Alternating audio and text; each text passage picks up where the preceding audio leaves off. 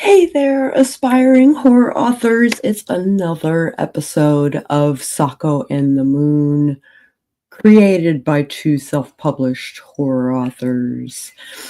You've crafted the perfect nightmare, but now you're stuck on the ending. Should your monster win, or is there room for hope?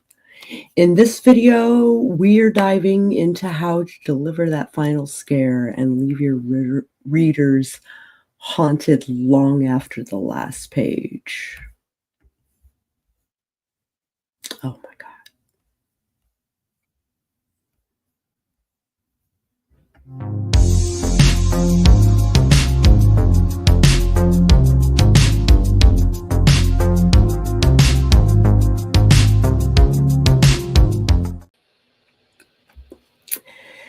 If you are new to the channel, I am Sako, artist and author and a bunch of other things, but we'll just mention that I'm self-published 4 times over. I've been working on my craft for decades, and now I'd like to share my skills with you guys. And I'm Orange Cassidy, and I don't have a punchline. Orange Cassidy? Yeah, he's a wrestler, and his big thing is like, because everyone has like a catchphrase like Stone Cold Steve Austin says, and that's the bottom line because Stone Cold says so. Well, he always says, I'm Orange Cassidy, and I don't have a catchphrase. So, but I had no joke to go with that. So I'm Dewan L. Hearn. I'm more affectionately known as the Moon. I've been published once, the Copperweight collection, and I do a bunch of other things. I write things, I film things, and I talk to people. And I like to frustrate Sako by saying something different and quirky at the beginning of the show every week. Yes, frustrate. That's what I am. Starting off the show is always fun. How we end the show is always tricky, which is why... Tricky! We're 3 seasons in. We still don't have a proper outro. We don't have a proper outro because endings are tricky. Endings are difficult, and finding a way to just take everything you've talked about and sum it up somehow and just put a little snap on it, that's difficult for some people, which is why at the end of season 3, we're discussing endings. Endings. See, I did that? Yeah. Top of my head. Top of my head. Thank you. Thank you very much. Yeah, I dare say that endings are just as important as that first chapter. They are. I would say, yeah, I would say just as important. Just as important, yeah. Because when you're reading something new, you have to grab onto them. Otherwise, they're not going to keep turning the page. And on top of that, there has to be a payoff for the amount of time and energy invested into your piece. So if I've spent the last 3 weeks reading your book, or in the case of some of our friends, the last like 5 hours, yeah. If I've spent any amount of time just reading through your book, and then you just leave me with a crap ending, I'm done. Like, I almost threw my iPad when reading the first book of the Bane series for Star Wars. Essentially what had happened was Bane goes into a temple looking for a holocron thing with Sith information and history and all of that culture summed up in a cube. And so he finds it after days and days and days of wandering this temple. He finds it and he watches it, and he's like so disappointed in what the holocron had to say, and leaves the temple and comes to the conclusion on his own that there is one student, one teacher, while he's sitting on a rock going, that was a waste of my time. And that is what your readers will do. I have a friend of mine who just read a book from an author I'll because of the nature, I'll keep the name out, but just read from an author and got through the story. Story was great, but then to steal a line from wrestling, the ending was overbooked. Like too much was happening, and so if anybody happens to be a wrestling fan, think the Cody Rhodes Roman Reigns match from WrestleMania 40, where all these different people came in and started jumping in and being part of the match, just for the original two people to finish the match like it's supposed to. The ending was overbooked. There was too many loose ends that had to get wrapped up. The wrap up was too convoluted, and it just kind of like, okay, that's a too lot. Many cooks in the kitchen. Yeah, too much was happening at like this very last chapter and a half, and people are too closely related. It just kind of throws you off, and so you feel like you said, you want to throw your iPad, you want to throw your book across the room, you want to not have that incredibly shocked look on your face. You okay, Sako? Yeah, I'm fine. Okay, you just seem suddenly distracted. Like I was super distracted for just a second. Yeah, that happens. We'll talk about that after the show. But yeah, so that's what we're getting at. Like that kind of disappointed feeling is what we're here to try to help you avoid with your work. And of course, Sako has 1,000,001 notes. And I have like one thing to really throw in there and add. So this is probably be a short episode. This is probably going to be a short episode. So like an hour and 10 minutes into it, we'll be like, yeah, this is supposed to be a short episode. That could happen. That happens all the time. That could happen. It happened Monday. It happened. I had a show that was supposed to be like 15 minutes long the other day. About 55 minutes in, I'm like, you know what? Maybe this wasn't the short episode I thought it was. Yeah. It happens. Yeah. Pacing. We should do a thing on pacing. Holy cow. We should learn a thing about pacing a podcast, because at least I haven't figured that out. Yeah. So you've spent all this time building up the suspense. You've sent chills down your readers' spines, and now you're left with one question. How do you wrap it all up? Ending a story is just as crucial as crafting its beginning, and it can be the difference between a tale that sticks with your audience or one that fizzles out.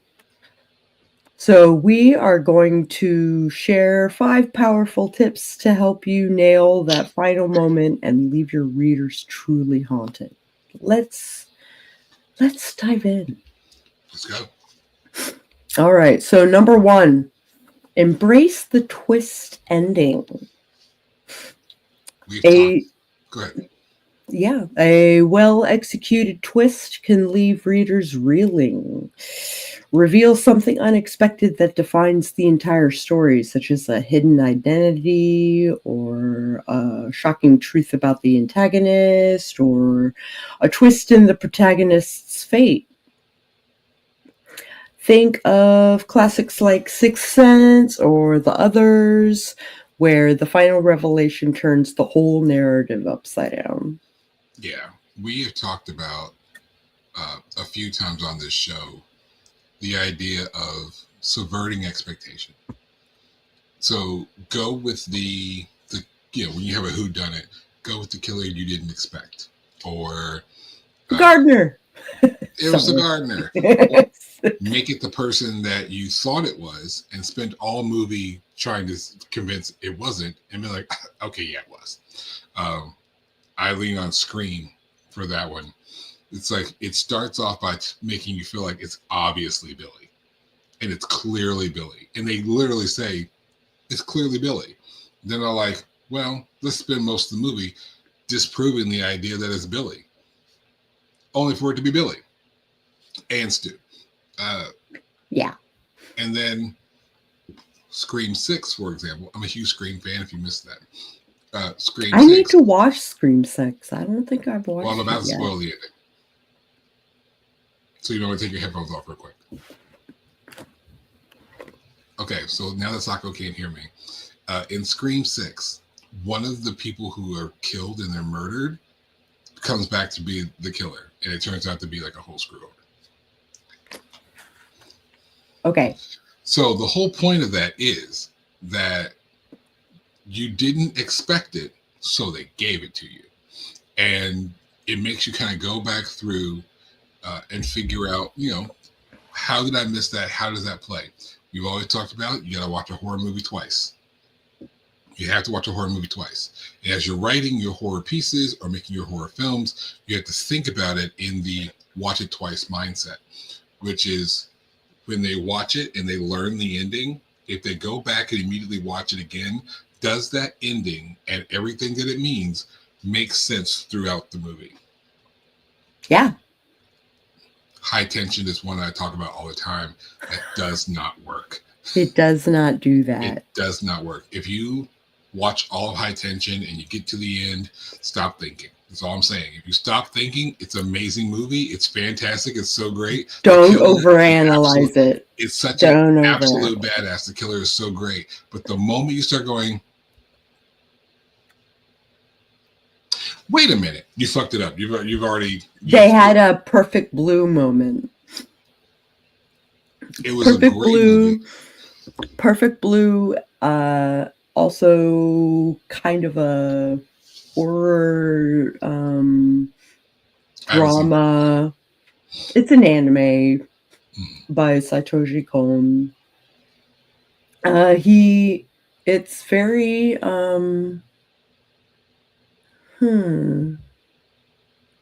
there is a point in the movie where there are other people involved with the hallucination. Gotcha. And it didn't make sense. Like the whole lead up to that point, it was supposedly a twist, but there are situations where it doesn't make sense. It doesn't line up. And that's the kind of thing that will make your piece memorable. Like I talk about High Tension all the time. There's a podcast where I spent over an hour talking about how the ending of High Tension didn't work. And shout out to James and Don. But that's not what you want your piece to be remembered for. So if you're going to have a twist ending, have that twist ending in mind as you're writing. Leave little breadcrumbs that make it make sense. Preferably, leave breadcrumbs where it can be clear and obvious that it's two people or two characters or two situations, and then have one be your red herring leading into the other one. You can do that. But it has to be planned out through the whole thing. So even for you pantsers out there who don't like to schedule and plan things and do outlines, if you're going to have a twist ending, that's something you're going to want to outline, even if you're a pantser. Just to post it with like 5 breadcrumbs. Yeah. Right. It's just like here's the part where, because a lot of TV shows are broken. A lot of movies are broken up in 3 parts. A lot of TV shows are actually broken up in 5. And so if you're going to break your story into kind of like 5 acts, then make sure that at the end of each act, there's some kind of notation, some sort of clue found or given, or something that is going to culminate towards the end. That's a good way of like, for me, how you place what's going to lead to your twist ending. There's some little nugget that's placed here and there. And then as long as those lines are connected, however you get there, doesn't matter. So if you're a pantser, like I am in some of my projects, it's fine. Just as long as you go from here to here, whatever's in the middle doesn't matter. Just do what you do. Let your skills and your pantsing do its thing. Do your discovery. Right. But make sure you have, if you're going to do a twist ending, you want your twist ending to make sense, plot it out first, and then put it where it needs to go, and then build your story however you do it around that. Just make sure it's in place. Yeah, you got to have a skeleton before you put meat on it. Yeah. Yeah, awesome. Do we have any other notes regarding regarding twist endings. I know we have a thing on twists as a whole. We have a episode on that. Mm-hmm. But no, I think that pretty much sums it up. I mean, like we've said a billion times on this show, one of the best things about horror is that it doesn't necessarily have to be linear. It doesn't have to go from here to here to here. We can go here and here and here and here.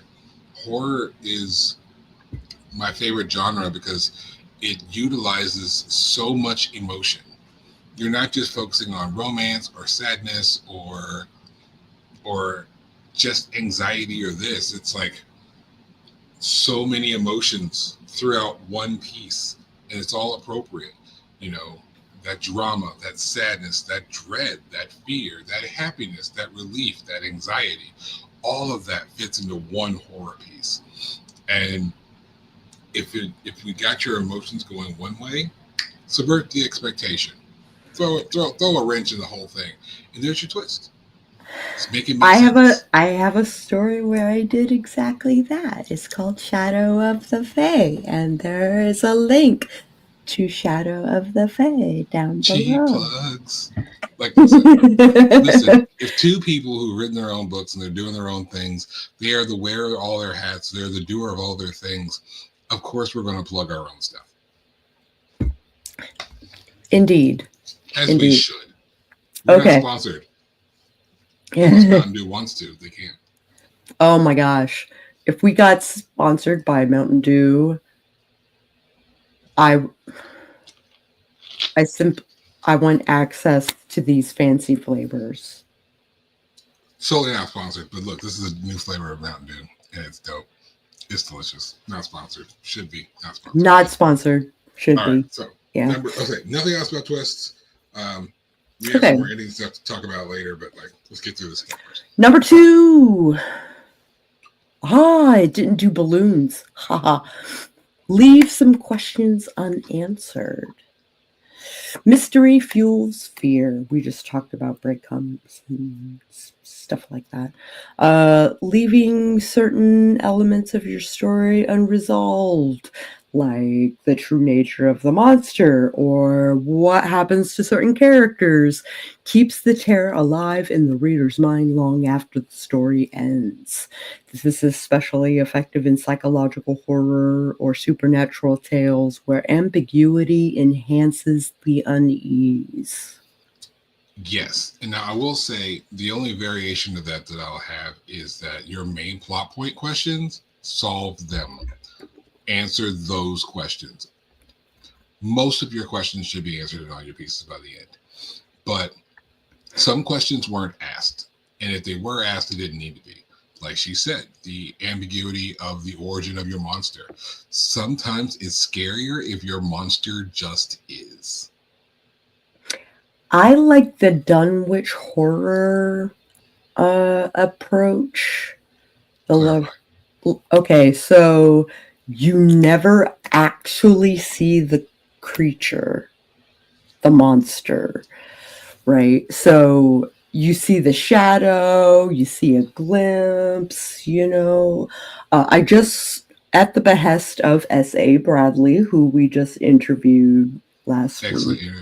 Excellent interview. If you catch last week's episode, wealth of knowledge. Yeah, I'll put a card in the corner. Oh no! At the behest of S.A. Bradley. At the behest of, so I watched a movie on Shudder called Daddy Head, which is a terrible name for the movie. But it does what I call the Dunwich horror method, where you don't see the monster like in its entirety, and you catch a glimpse, you see just the face of the dead father, and like grinning, and I feel like I know it's, I don't even know what you did to make it happen. Okay. But that that absence. No, the monster is present, but we don't focus on it long enough to really understand what it is we're seeing. Yeah. And we, of course, we don't fear. We do fear what we don't understand, right? That is the most fundamental part of fear, as I've said to my children before. Like, when there's something you're afraid of, it's because you don't know anything about it. You know, it's a lack of information that creates fear. And I think that's that saying that I give to my kids is essentially what you're talking about. Is the lack is intentionally keeping information away from the reader or the watcher if you're making a film. So have like Sako said, have shadows, have signs, remnants of the creature there. Maybe if it has claws, don't show the creature, show the scratches on the wall, right, where the creature was. Right. If the creature has a monstrous footstep, show the footprint, not the foot. See what I mean? And those kind of questions, those kind of things are really good. What I was leaning to as a slight adjacent to that is more so if there's a giant monster destroying your town or chasing your protagonist, I don't need to know he's from Poughkeepsie or that he was necessarily a lab experiment gone wrong. I mean, you can probably tell me. I don't need to know that. We don't need to know the backstory. Yeah, like Daddy Head. He might be an alien or a demon or something. Save it for the sequel. And if there's not going to be a sequel, that's fine too. Like, that's fine. Imagine Scream if you never found out who Ghostface was. Imagine the difference. Now, don't get me wrong, Scream's one of my favorite horror movies of all time. I wish I had wore my really dope, brand new Woodsboro horror film club jacket. But imagine if Scream had started and ended and we never saw Ghosthead's face or Ghostface's face, and he escaped and he got away and he was never captured and no one knew who he was. So there is a movie called The Fallen, which stars Denzel Washington in his heyday. And you don't have a backstory for the demon or the spirit, right? Right. So the spirit hops from, kind of like It Follows or Smile or whatever. It hops from host to host and haunts Denzel Washington. And that lack of knowledge, both from the perspective of the lead, you know,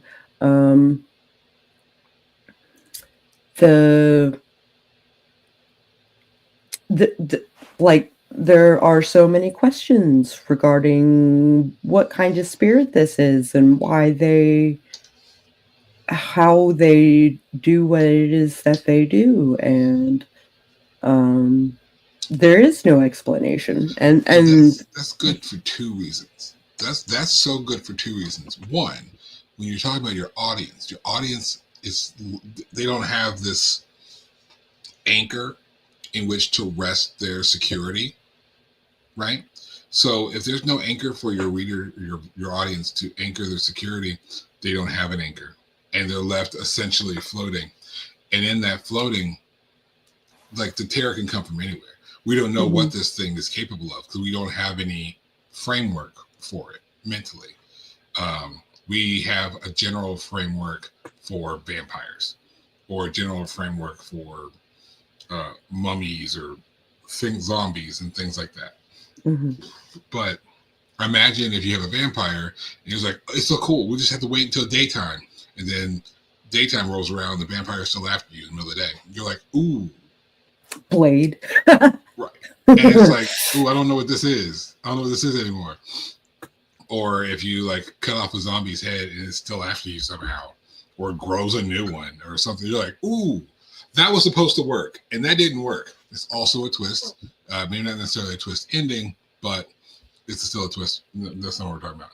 But ultimately, when you have no framework for that security of your creature, then the audience doesn't have a place to rest, and you, as the writer, the creator of this piece, can go anywhere with it.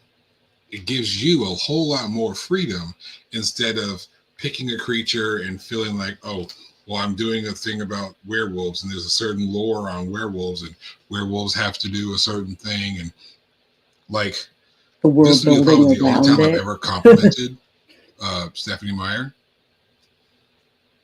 I hate that this is even on record, but to have a vampire just be in the daytime shouldn't fucking sparkle. But even as such, it's something different. It's something new. It's something that would add confusion to someone who is definitely going to not be me, because I'm not watching Twilight. I can't bring myself to do it. Riff tracks. It's the best. I listen. No, I'm not going to do it. Okay. I can't think of what circumstances would have to. I'm going to have to get compensated. It's hilarious. There's going to have to be some compensation somehow, like for me to watch this movie. I should rewatch it in full upfront. Throwing that out there. Stephanie Myers, you want to cut me a check? I'll watch the movie. I'll review it. I'll do a whole thing about it solo if Stephanie Myers wants to send me a check. You can find me at dlhearnwrites@gmail.com. Mrs. Myers. Anyway, the point here is it's something different. It's something new. And if you create this something new that subverts your expectations, you can, as the writer, do whatever you want to with it. And it gives you a whole lot of freedom in your piece. And that's a lot more reassuring than feeling like you have to stay in a framework. As the writer, I strongly recommend having all the information regarding your monster written up. Yes. But never let the audience know. That's just world building on your part. Like, so you don't have to share that. Just because you've created it, just because you've written it down and you thought it through, does not mean it has to be in your piece. There are backstories I have for characters and plot lines and such that do not hit the actual pages. I just need to know it so I can set other things up around it so that it makes sense. If I choose to reveal it, then I can. After I learn how to speak English. But as that applies back to endings, to go kind of back to the original thing, is like you want to leave some questions, but clarifying when you got plot points, like just certain plot points should be answered. So don't misinterpret what we're saying. Answer your basic plot points, but leave some things ambiguous. Like, don't necessarily show your creature, and don't necessarily. That's where I would say, don't tell us where your creature, your bad guy's from. It's more terrifying if someone just started terrorizing you. That is so much scarier. The idea that I'm pissed off my neighbor and now my neighbor is after me. Well, that's obvious. I pissed him off and now he's angry at me. Or I ran her boyfriend off the road doing some kind of urban legend stunt. That makes sense. If someone's terrifying you just because you happen to be the one that answered the door, you know, there was nothing that made me want to watch a horror movie more than watching on the preview. Why are you doing this to us? Because you were home. Mm-hmm. That's it. Not because you did anything, not because you're guilty. There's nothing you could have done to avoid it. There's nothing you can do to stop it. That is the strangers, but that is terror. That's real fear. Do that. I think the menu does this really well as well. The menu does that. Like, in a sense, they deserved it, but they didn't deserve that. They were guilty, but they weren't guilty of like high crime. You know, these people offended the chef. If you want to know more about the menu, watch our review on it on this channel. Great card. But yeah, so like they did something that was interpreted as wrong, but it wasn't really wrong. And what the movie doesn't do is go back and show you the people committing their sins. That's not necessary. So again, don't waste your time spelling that kind of stuff out. That's not necessary either. Just let us know something bad's happening and keep us in the loop of the story. You don't necessarily tell us everything. Don't waste all of our time telling us everything. Third point. The false sense of security.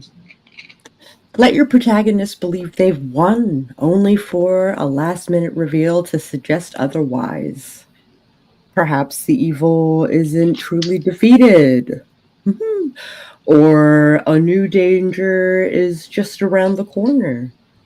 This type of ending, often seen in horror films like The Ring or Ju-on, leaves readers with an eerie sense of dread and inevitability. The Ring was the first example that I thought of. Because there are very few. In fact, I'll go on the limb and say no movie does that ending better than The Ring. Would you argue like Ringu would? Because I mean, like the graphics were different. Ringu and The Ring are the same movie. And if you watch them, they are, but the American version like added lore. They added a little bit. They made it more palatable for American audiences. But there are comparatively watching Ringu and The Ring. This is a bonus, guys. Watching the Ringu and The Ring, like one after the other, it's really, really fun to do because it is fun. The stories are very similar, but one story is clearly very Japanese. And so if you told the exact same story to an American audience, it wouldn't click. Just because culturally it's different. And I don't think that those things would have clicked in the same space. So I think they redid those parts more apt for an American audience. Not good, bad, or different. I just say it's different because a different audience. Not just different audience, but Japanese horror, everything is contextual. In culture, in language, all of that. If you don't catch the subject at the beginning of the conversation, at the beginning of the story, then you have no idea what's going on after that. Yeah. And that's a whole episode, but that's a whole episode we can do on like Japanese horror and discussion. And that is slotted for season 4. Hot damn. I'm excited for that. Because and Taiwanese and because between movies like The Ring, Korean, and The Grudge and Train to Busan, which I don't care who you are, Train to Busan, the greatest zombie movie ever made. Fight me. If you disagree with me and you think there's a better zombie movie out there, leave it in the comments and we'll respond to that. But I forgot what this point was. Oh, right. So The Ring, best example. You find that this is a bad thing. You follow all of these steps. We go through all the iconography. We go through all the symbolism. We get to our conclusion. We feel like we've put the soul to rest. And then after that, Samara comes and attacks the dude. And we're like, whoa, wait a minute. We solved this problem already. We solved this problem. Like, we fixed it. We fixed it together. We saw it was fixed. And then I'm telling you, that girl crawls out of the TV in that dude's studio apartment. It's a classic scene. It's a classic horror scene. It set a new bar. It did. it did set a new bar. It was such a great scene, just how it was done, especially for the time frame, for what technology we had in that time. But story-wise, it just did, because at that point you thought you're smooth sailing towards the end, and then there you go, static. We get a well. The girl starts crawling out of the well. She's glitching to the edge of the TV. She crawls out of the TV, and homie is like, "Yo," and it's over for him. And that's when it's like, "Oh, wait a minute. There's something different. We missed something. She did something that he didn't do." But they worked on this together for most of it. What was the difference? And then you find out. You have to make a copy of the tape and share it. That's how you relieve yourself of the curse. And that is probably one of the best horror movie endings. Period. It was a very Japanese ending. It's a very Japanese ending. Japanese horror, Korean horror, Korean horror and Japanese horror. Oh my God, they are so crazy. They're so crazy. I fucking love it. But inevitability and everything you've done is all for naught, and you have no idea what you're dealing with. No, none, because it goes far above your typical. It could be a spider lady. We have no idea how she became a spider lady. Right. Was it a radioactive spider while she was in college? It turned like Peter Parker into a superhero, turned her into a spider lady. Who knows? But like with The Ring, it's like you had to make a copy and share it. With Ju-on or The Grudge, the Grudge is, because there is no solving it. There is no fixing it. There is no fixing it. There is no cure for this curse. Once you're cursed, you're cursed. It's it. And then it's just waiting until Kyoka decides to get you. It's like, yeah, I'm gonna mess with you for a little while. Yep, I'm gonna get you tomorrow. I'm gonna show you. I'm gonna show you myself today. I'll be back tomorrow. And she's just gonna get you when she gets you. And to this day, little kids that start meowing, no, chop them throat. Can't do it. No, don't meow at me. Boy, I will chop you in your throat. You and your ghost mama are not gonna like gurgle at me. It's not gonna happen. Don't do it. Don't do it. Don't do it. If you ever want me to like kick you in the face without knowing you, just imitate those people from The Grudge. I will probably just chop you in the throat because I can't risk it. I can't risk it. Those endings stick with you. They stick with you. And that's kind of exactly what you want. You want people to have this kind of reaction, like, no, man. Like to this day, kids running out of a cornfield, bet not. Or bet people not. Disappearing into the cornfield like that. If you go away into the cornfield, that's cool. But if little kids that is not cool. Out of the cornfield, like no. You know he behind the who? No. You gotta die. I'm sorry. You gotta go. I can't do it. Little kid with a suitcase running out of a cornfield? No. This is why I'm on edge going through Ohio. I can't do it because so much corn. There's so much corn. So much corn. So much corn. I said corn, YouTube. Corn with a C. Corn. Okay, number 4. The cycle of horror, which is basically what we were talking about, right?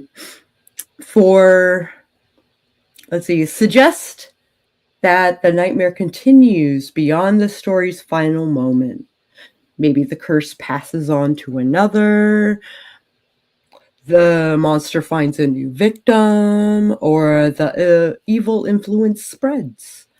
This ending keeps the horror alive and hints that the story's world remains dangerous.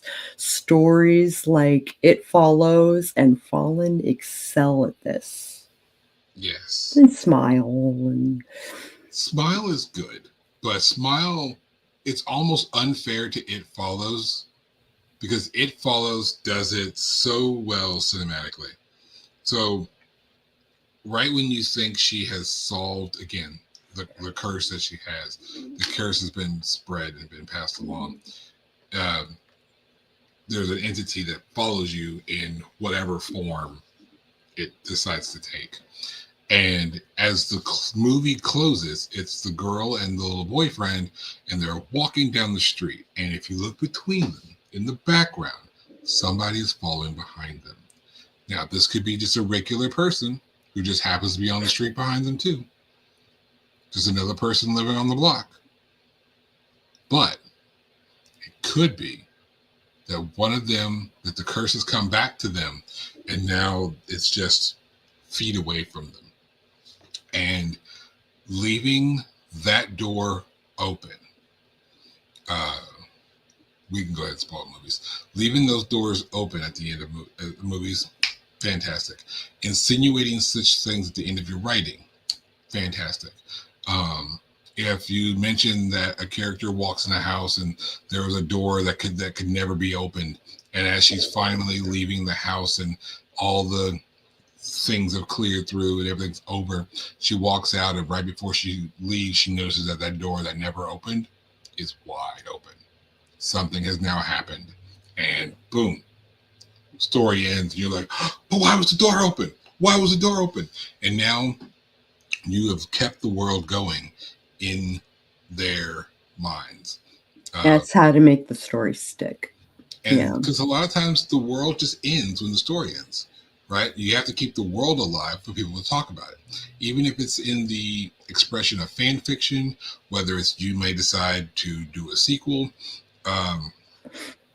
I like to use the example of the funniest joke ever told. The funniest joke ever told is when you tell a joke and you set it up, and you set up the punchline, like you tell the actual body of the joke, and then you don't tell the punchline. Mm-hmm.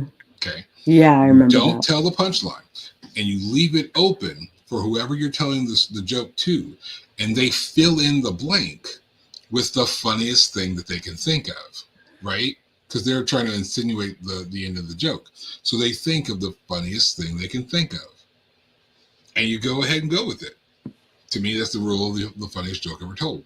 You open the door, you set it all up, and you let your reader kind of come to that finalized conclusion on their own. Or, like in It Follows, or at the end of The Grudge 2, at the end of The Grudge 2, there was a girl who was haunted, and she's sitting on the floor in her apartment hallway, and then the creature grabs her from inside her hoodie and just snatches her. And then the hoodie just collapses, and it's over. Yeah. But then you're like, okay, so curse is still alive. Curse didn't end. Like I told you before, in The Grudge, the curse doesn't die. But yeah, you keep the door open for other shit to happen. It doesn't actually have to happen in your piece. You don't even have to know what that other thing is. Just leave the door open for it. Because let us fill in that blank with the scariest thing we can possibly think of. And now you told the scariest joke you ever told. Right? Yeah, well put. Little tricks like that. Little tricks like those little bitty things that will take your start here, go here, come here, end here. Like take that mountain and turn it into a rocky hill face. And it's a lot more entertaining. The ride's a lot bumpier, which means it's a lot more memorable. And you gotta get the shocks in your car replaced. That's a different conversation. I need to go AFK for a second. Okay. I will be right back. Okay. So while Sako's gone, I will just go through the one little thing I was going to add in for endings. This is more of a stylized thing about endings. You don't want your ending to just end. You know, they all lived happily ever after is just kind of the end, and it's over and it's done and it's boring. I like to do stylistic things in my writings, and one of my favorite ways of ending a story is finding a way to connect your beginning to your ending, to where your story ends in the same place that it began, almost as if the entire situation is about to happen in a loop. An example of that would be from the Copperweek collection, the first story, Katie, where Katie is going through like a dungeon league kind of area. She goes into this room. It's the one door that's unlocked. She goes into this room. There's a creature on the other side of the room. And then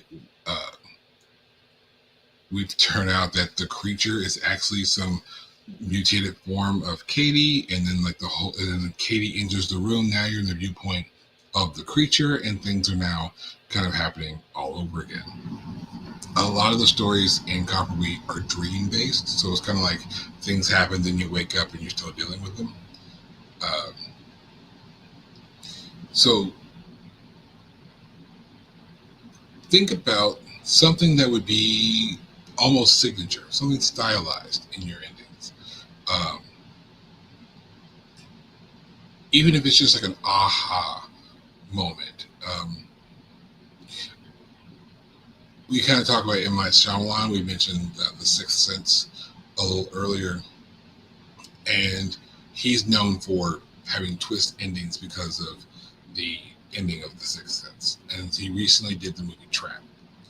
And while I don't want to give away Trap, Trap's ending wasn't very flashy, wasn't very spectacular. But it did end in a way that allows the story to continue somehow. So if you haven't seen Trap, go ahead and see Trap. I won't spoil that. But I will talk about Knock at the Cabin. Knock at the Cabin is where 4 people show up at a cabin in the woods, and there's a family, there's a couple and their young daughter that's staying there at the cabin, and the people knock on the door and say, hey, the apocalypse is happening, and we've been sent here to this cabin to you people so that you people can determine whether or not the end of the world happens. And the only way to avoid the end of the world is that one of you has to die.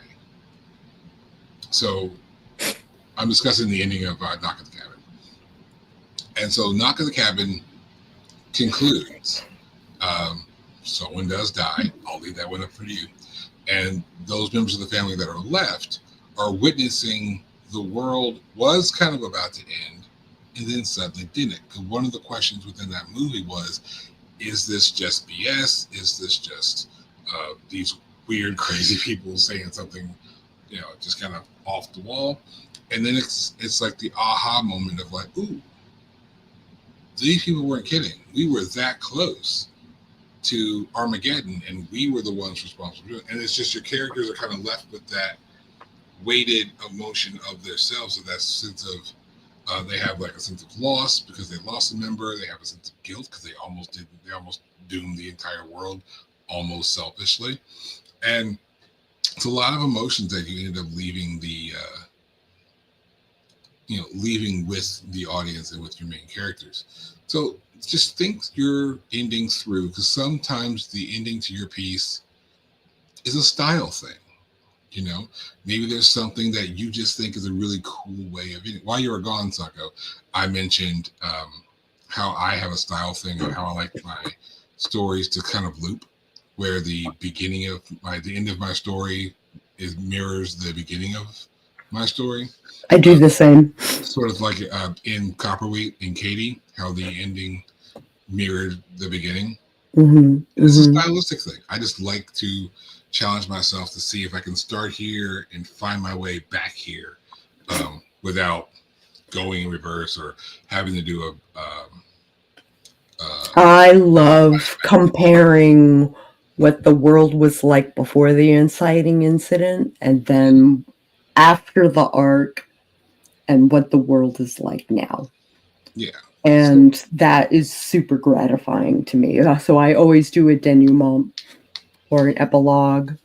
So the one part I wanted to add in before we get to your fifth was just think of something that's not necessarily signature, like I'm M. Night Shyamalan, I have to have a twist. But something that is stylistic of you. And sometimes those stylistic aspects are what your readers will be looking for in your work specifically. It's what's going to make your story, your book, your movie pop out off on the shelves or out of the streaming list, I guess you gotta say nowadays, because is anything ever on a shelf anymore? Um, bring back shelves. But yeah, think stylistically. So just think about what would be a poetic way of ending this based on how it starts. Um, and you can still do that in horror or realistically in any genre, and just make that ending your own. The one problem that we run into, and that I don't want us to incidentally promote, is to do something that's so cliche and overdone that your movie falls into this pit, or your story falls into this hole of just like, this is what everybody does, so of course we do. Even with romance, I'm sure there's, romance is one of those genres that follows almost a very strict, like, pattern. Right, but if it doesn't fit the pattern, then it's not romance. Right, and I think that you can still fit the pattern, but not necessarily have. I didn't think I'd bring this movie up, but think Disney princesses and the typical Snow White, Cinderella, Sleeping Beauty type of princess endings or whatever. Then think Frozen, where sure, like Anna found love at the end anyway, but I can't believe we're talking about Frozen on the show. But at the same time, that true love that we were all led to go through, because that's such a Disney thing to do, it was the true love between two sisters, right? It wasn't romantic. It didn't need a man to save the woman, which is something to highlight in 2024 nowadays. Women don't necessarily need men to save them. Sometimes they can just handle it on their own, and it was the love of their sisters, or in some cases maybe the love between two best friends or something of that nature. You can subvert the expectation without losing the formula, if that makes sense. Yes. High five. Number five. Number five. So that we can. So that we can end. We have a schedule. So end with a personal revelation. For character-driven horror, a strong ending can come from a personal or emotional revelation. Perhaps the protagonist becomes the thing they feared, or they realize that they've been complicit in the horror all along. This kind of ending works well for psychological horror, adding depth to the story by focusing on the character's transformation. Yeah. That's actually pretty self-explanatory. Yeah, I don't know if we need to... Because, I mean, I'm thinking about, like, ooh, how do you... yeah, I mean, if you realize that, like, maybe you are the one guilty for creation. Old Boy, which combined the twist and the revelation, like... Old Boy's tricky. Like, that's a whole... That's a Korean thing. That's a whole thing. Old Boy, that's a whole thing. We can't get into Old Boy. You got, like, 6 minutes left. I can't get into Old Boy. I love it. But, okay, so, like, just say that, if you think about, I was the cause of the demon's creation, this is my monster, it's after me, and I realized this is all my fault, I deserve what's happening to me, and you allow it to happen, in a sense. Or, you can do it. Huh? You can do it. No, honestly, that's really like all you can. There's no way to explain that. It's so kind of clear in its own right. Like normally, that's my job to expand upon what you thought of, and it's like, no, that's pretty much it right there. Like that's all right. So, of the 5 tips, We talked about embracing the ending. We talked about leaving some questions unanswered. Oh, thanks, Apple. We talked about the cycle of horror. We talked about ending with a personal revelation. Okay, folks, this is us wrapping up. If you like this video at any point, I encourage you to check out our video on the impact of technology on horror. There will be a card. And check that out, and we're going to take a little break as this is the season finale. Woo! Under 3. You might want to ring the bell to make sure you see it. And till then, our little doers of things keep writing.